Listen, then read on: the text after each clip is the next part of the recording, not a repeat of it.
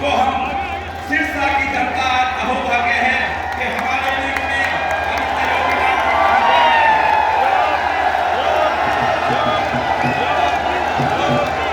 भारत माता की, भारत माता की, भारत माता की, वंदे वंदे वंदे।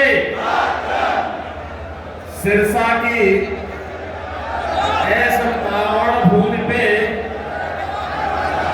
आप सबने प्यारे राम राम। नाथ संप्रदाय के बहुत सिद्ध योगी बाबा सरसाई नाथ की कृपा भूमि के तौर पर विख्यात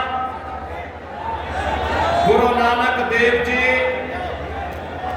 गुरु गोविंद सिंह जी तथा साहबजादे अजीत सिंह की पावन स्मृतियों को सहेजने वाली इस पूर्ण धरा को कोटि कोटि नमन करता हूं। बोले सो निहाल, बोले सो निहाल। यह भूमि भारत की राजनीति के ताऊ कहे जाने वाले देवीलाल जी की भी कर्म भूमि रही है, जिन्होंने सिद्धांतों के लिए प्रधानमंत्री पद की कुर्सी को ठुकराया था। ऐसी पावन धरा को कोटि कोटि नमन करते हुए, जिस धरा ने महान किसान नेता और स्वतंत्रता संग्राम सेनानी सर छोटू राम जी को, सुर सम्राट पंडित जसराज जी को जन्म दिया हो, ऐसी पूरा पावन धरा को नमन करते हुए मैं आप सबका हृदय से स्वागत करता हूं, अभिनंदन करता हूं। मंच पर उपस्थित हमारे पूज्य संत श्री सौंदर्यनाथ जी, महंत श्री केशवनाथ जी, यहाँ की सांसद श्रीमती सुनीता दुग्गल जी, लोकसभा के हमारे प्रत्याशी श्री अशोक तंवर जी, राज्यसभा के माननीय सांसद श्री सुभाष बराला जी, लोकप्रिय विधायक और हमारे नाथ संप्रदाय के ही भक्त हैं श्री गोपाल जी, माननीय विधायक श्री दुड़ाराम जी, विधायक श्री लक्ष्मण नापा जी, जिलाध्यक्ष श्रीमती नताशा सिहाग जी, जिलाध्यक्ष फतेहाबाद श्री बलदेव पुरोहा जी, पूर्व राज्यपाल श्री गणेशी लाल जी, लोकसभा संयोजक आदित्य चौटाला जी, हरियाणा सरकार के चेयरमैन श्री वेद मला जी, जगदीश चोपड़ा जी, मंच पर उपस्थित भारतीय जनता पार्टी के सभी हमारे पदाधिकारीगण और भारी संख्या में बाबा सिरसाई नाथ की पावन धरा को विकास और विरासत की भूमि के रूप में स्थापित करने के लिए यहाँ पर उपस्थित मेरे बहनों और भाइयों, आप सबका मैं हृदय से अभिनंदन करता हूँ, स्वागत करता हूँ। बहनों और भाइयों, मैं बाबा गोरखनाथ की धरती से और मर्यादा पुरुषोत्तम प्रभु राम की पावन जन्मभूमि से आपके बीच में यहाँ पर आया हूँ। भारत के यशस्वी प्रधानमंत्री और दुनिया के सबसे लोकप्रिय राजनेता मोदी जी का संदेशा लेकर के आया हूं और संदेशा ये लेके आया हूं कि 4 चरणों के चुनाव पहले ही संपन्न हो गए थे, 5वां चरण चल रहा है और अब पूरे देश के अंदर एक पहले 3 चरणों में 4 चरणों में जो लहर थी, 5वें चरण में वो सुनामी बन चुकी है, मोदी की सुनामी पूरे देश के अंदर। और एक ही स्वर गूंज रहा है, चारों ओर एक ही नारा गूंज रहा है और वह है कि फिर एक बार,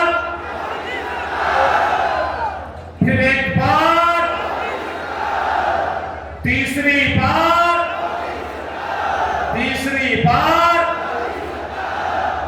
अब की बार, अब की बार। जब हम 400 पार की बात करते हैं तो बहनों और भाइयों कांग्रेस को चक्कर आने लगता है। और चक्कर इसलिए आने लगता है क्योंकि 400 सीटों पर वो चुनाव ही नहीं लड़ रही है, तो जीतेगी कैसे? और इसीलिए तो मैं कह रहा हूं, जनता जनार्दन से जवाब देती है। क्या जवाब देती है? जवाब देती है कि जो राम को लाए हैं, जो राम को लाए हैं, पूरे देश से की आवाज है। और बैनर विरासत विकास के अद्भुत संगम। अयोध्या में रामलला आ गए और कांग्रेस को तो सत्ता की इतनी जल्दी थी कि करतारपुर साहब को ये भूल गई थी। और तो मोदी जी आए, तो मोदी जी ने आने के बाद करतारपुर कॉरिडोर के निर्माण के कार्यक्रम को भी आगे बढ़ाया। गुरु नानक देव की पावन धरा को भी भारत का हिस्सा बनाने का कार्य आगे बढ़ाया। और गुरु गोविंद सिंह जी महाराज के चार साहबजादों ने, जिन्होंने सरहिंद के लिए अपने आप को बलिदान किया था, उनके नाम पर 26 दिसंबर की तिथि को वीर बाल दिवस के रूप में मनाने की घोषणा भी की है। इसलिए बहनों भाइयों, आज इसीलिए मैं आपको पास आया हूं कि पावन धरा को मेरे लिए दो प्रकार से महत्वपूर्ण है। गुरु नानक देव जी से लेकर के गुरु गोविंद सिंह जी के साहबजादों की पावन धरा के रूप में, और हमारे नाथ संप्रदाय के पवित्र संत बाबा सिरसाई नाथ जी के नाम पर, जिनके नाम पर इस सिरसा बसा हुआ है, इसलिए ये मेरे लिए एक पावन धरा है। इसको मैं कोटि कोटि नमन करता हूं, आप सबका अभिनंदन करता हूं, स्वागत करता हूं। बहनों भाइयों, आज देश बदल चुका है। हमारी पीढ़ी सौभाग्यशाली है कि हम नए भारत के नागरिक हैं, मोदी जी के नेतृत्व में कार्य कर रहे हैं। और जो दुनिया के लिए असंभव है, जो कांग्रेस के लिए असंभव था, वो मोदी जी ने संभव करके दिखा दिया, कर दिया ना। देखो, पहले दुनिया में भारत का सम्मान नहीं बचा था, लोग भारत को सर की निगाहों से देखते थे। पहले दुनिया में भारत के बारे में तमाम प्रकार की चर्चाएं होती थी, हमारी सीमाएं सुरक्षित नहीं थी, दुश्मन भारत की सीमा में घुस जाता था, आतंकी विस्फोट होते थे, जगह जगह विस्फोट होते थे, नक्सलवाद चारों ओर फैला हुआ था, विकास कार्य ठप पड़े थे। जब सुबह उठते थे तो पहला समाचार भ्रष्टाचार का, और सायंकाल होते होते आतंकी वारदात की घटनाएं आने लगती थी, निर्दोष लोग मारे जाते थे, सेना के जवान शहीद होते थे। गरीबों के कल्याण के लिए कोई योजना नहीं थी, कोई गरीब भूख से मरता था, किसान आत्महत्या करता था, दवा के भाव में मरीज कम तोड़ता था, बेटी और व्यापारी सुरक्षित नहीं थी। बहनों और भाइयों, पिछले 10 वर्ष में मोदी जी ने भारत की तस्वीर और तकदीर को बदला। ये तस्वीर और तकदीर को कैसे बदल दिया है? आज भारत का सम्मान दुनिया में बढ़ा है। दुनिया में कोई संकट आता है, लोग दुनिया भारत की तरफ देखती है, सीमाएं सुरक्षित है। अब कोई दुश्मन भारत की सीमाओं का अतिक्रमण नहीं कर सकता है, क्योंकि नया भारत है। और आतंकी वारदात तो नहीं होती, इस पे नकेल कसा गया, लेकिन अगर पटाखा भी जोर से फट जाए ना, तो सबसे पहले पाकिस्तान सफाई देता है कि नहीं, मैंने नहीं किया है। उसे मालूम है अगर समय रहते सफाई नहीं दी तो ये भारत है, छेड़ता नहीं है, लेकिन अगर कोई छेड़ता है तो उसको छोड़ता भी नहीं है, तो भयभीत रहता है।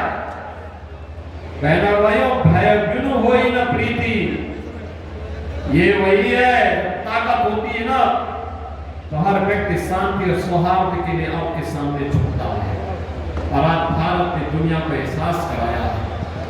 विकास के कार्य बड़े बड़े, highway, railway, metro, IIT, IIM, AIIMS, 1 district 1 NIT, world class university और हर व्यक्ति के स्वास्थ्य के लिए हर घर नल और नल में जल की योजना मोदी जी ने पूरे देश के अंदर लागू कर दी है। देखो, कांग्रेस के लोग भूखों मरते थे, गरीबों को भूखों मारते थे, उनका राशन खा जाते थे। और बहनों भाइयों, भाजपा की सरकार में 80 करोड़ लोगों को फ्री में राशन मिल रहा है। मैं बोलना चाहता हूं, जो लोग पाकिस्तान का राग अलाप रहे हैं, उनको बोलो 23 से 24 करोड़ की आबादी का पाकिस्तान भूखों मर रहा है। वहां की जनता सड़कों पर है, तोड़फोड़ आगजनी हो रही है, 1 किलो गेहूं के लिए छीना झपटी हो रही है। और मोदी जी के नेतृत्व में भारत ने 10 वर्ष में 25 करोड़ लोगों को गरीबी रेखा से उभारने का काम किया है। 60 करोड़ लोगों को देश के अंदर 5 लाख रुपए का स्वास्थ्य बीमा का कवर मिल रहा है। 50 करोड़ गरीबों के जनधन अकाउंट खुल गए हैं। 12 करोड़ किसानों को किसान सम्मान निधि का लाभ, 12 करोड़ घरों में शौचालय का निर्माण, 10 करोड़ गरीबों को उज्ज्वला योजना का कनेक्शन और 4 करोड़ गरीबों के मकान बन गए हैं। और मोदी जी ने घोषणा की है, तीसरी बार सरकार बनेगी, 70 वर्ष से ऊपर के हर एक बुजुर्ग को 5 लाख रुपए हर वर्ष स्वास्थ्य के लिए उपलब्ध करवाएंगे। मोदी जी ने घोषणा की है, तीसरी बार सरकार बनते ही जितने बचे हुए गरीब होंगे उनको भी एक मकान उपलब्ध करवाएंगे। मोदी जी ने घोषणा की है, तीसरी बार सरकार बनाएंगे, सोलर स्कीम के अंतर्गत हर घर को फ्री में बिजली उपलब्ध करवाने का काम भी करेंगे। भाइयों, यहाँ विकास भी है, गरीब कल्याण भी है, देश की सुरक्षा भी है, आतंकवाद का सफाया भी है और भारत का सम्मान भी है। और साथ साथ रामलला का भव्य मंदिर के निर्माण का कार्य भी तेजी के साथ आगे बढ़ गया है। रामलला अयोध्या में विराजमान हो गए। मैं आपसे पूछना चाहता हूं, मोदी जी ने जो ये किया, इसमें किसी के साथ भेदभाव हुआ है क्या? अरे इसमें तो कोई भी जाति, हर जाति, मत, मजहब, क्षेत्र, भाषा, पूरे देश के 140 करोड़ लोगों को उन्होंने परिवार मान करके दिया। सबका साथ, सबका विकास की बात मोदी जी ने की। और बहनों भाइयों, एक तरफ सबका साथ और सबके विकास की बात, सुरक्षा सबको, लेकिन तुष्टीकरण किसी का नहीं। हमने तुष्टीकरण नहीं, संतुष्टीकरण पर ध्यान दिया। और दूसरी तरफ इंडी गठबंधन में कांग्रेस और उसके सहयोगी दल हैं, सुबह से लेकर शाम तक एक नया झूठ और एक नई अफवाह फैलाते हैं। जब सत्ता में थे तब कुछ नहीं किया, तब हिंदुओं की भावनाओं के साथ खिलवाड़ किया। तो उस समय लोग क्या कहते थे? कहते थे हिंदुस्तान के संसाधनों पर पहला अधिकार मुसलमान का। अरे कहां हमारा हिंदू जाएगा, कहां हमारा दलित जाएगा, कहां पिछड़ा जाएगा, कहां अन्य गरीब जाएगा, कहां महिलाएं जाएंगी? और ये राग अलापते थे वही। और आज बहनों और भाइयों, इनके अंदर एक और भूत सवार हो गया है। कांग्रेस ने अपने घोषणा पत्र में इतनी खतरनाक घोषणा कर दी है, अब कहती है कि कांग्रेस सत्ता में आई तो सत्ता में आने के बाद गरीबी हटाने के लिए देश के हर नागरिक की संपत्ति का सर्वे करवाएगी। सर्वे करा करके वरासत टैक्स लगाएगी। वरासत टैक्स का मतलब आपके बाप की, आपके दादा की, आपके ग्रैंडफादर, आपके फादर, जिसकी भी प्रॉपर्टी आपको मिली होगी, उस प्रॉपर्टी में से आधी प्रॉपर्टी कांग्रेस के लोग ले लेंगे और फिर इस प्रॉपर्टी को वह मुसलमानों को बांट देंगे। क्या आप इसको स्वीकार करेंगे? क्या आप इसको स्वीकार करेंगे? क्या आप पाकिस्तानियों को और मुसलमानों को अपनी संपत्ति पे कब्जा करने देंगे? क्या? अरे हरगिज़ नहीं, भारतीय जनता पार्टी को कोई मौका ही नहीं आने देगी। और ये तो बात की बात आएगी सत्ता में। रामलला के कारण इनको अब किसी भी चरण में सत्ता नहीं मिलने वाली है, कभी नहीं मिलने वाली है।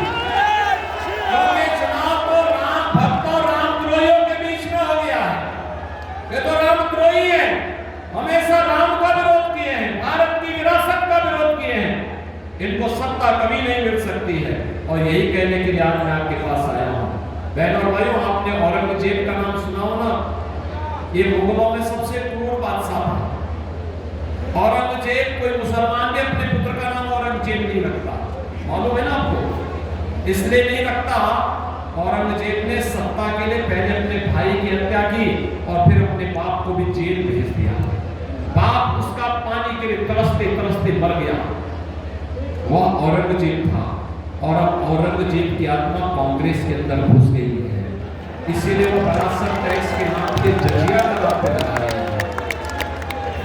ये जजिया कर औरंगजेब ने ही भारत में लगाया था। कहा था कि या तो जजिया कर दो और नहीं तो मुसलमान बनो। और कांग्रेस भी यही करना चाहती है। क्या आप इसको स्वीकार करेंगे? क्या आप इसको स्वीकार करेंगे? क्या हम भारत को विभाजन की ओर ले जाएंगे? क्या? अरे राम जन्मभूमि का जो पुण्य आपके साथ जुड़ा हुआ है, आप भी कह सकते हैं, सिरसावासी भी कह सकते हैं कि हमने तो यहां से कमल खिलाने का काम पिछली बार भी किया था। श्रीमती सुनीता दुग्गल को चुनाव जिता करके भेजा था। मोदी जी को प्रधानमंत्री हमने बनाया था। मोदी जी प्रधानमंत्री बने तो अयोध्या में राम मंदिर के निर्माण का मार्ग प्रशस्त हुआ। ये श्रेय तो आपके ऊपर गया। नेतृत्व तो मोदी जी का है, लेकिन श्रेय तो आपको जाता है। ये पुण्य आपको प्राप्त हुआ है, ये पुण्य आपके साथ जुड़ा हुआ है। इस पुण्य से वंचित नहीं होना है। और इसीलिए देश के अंदर जो आवाज आ रही है, आवाज यही है, हर जवान से एक ही आवाज है, और आवाज है जो राम को लाए